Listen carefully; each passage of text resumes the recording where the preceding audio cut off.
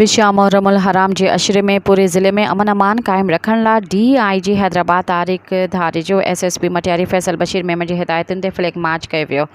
Flag march की अगवानी DSP हाल याकूब रोडो कई। मज़कूरा फ्लैग मार्च ऐं ज़िले भर के समूरनि थाणनि के SHOs शिरकत कई।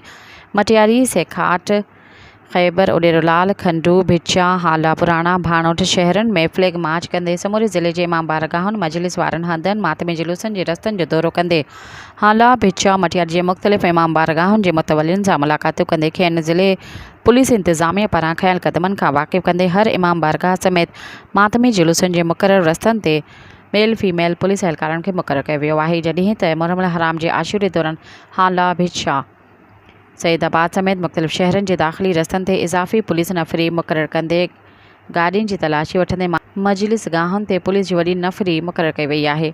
सब्सक्राइब कयो अवामी न्यूज़ HD के ऐं ताज़ा तरीन ख़बरुनि लाइ ॾिसंदा रहो अवामी न्यूज़ HD।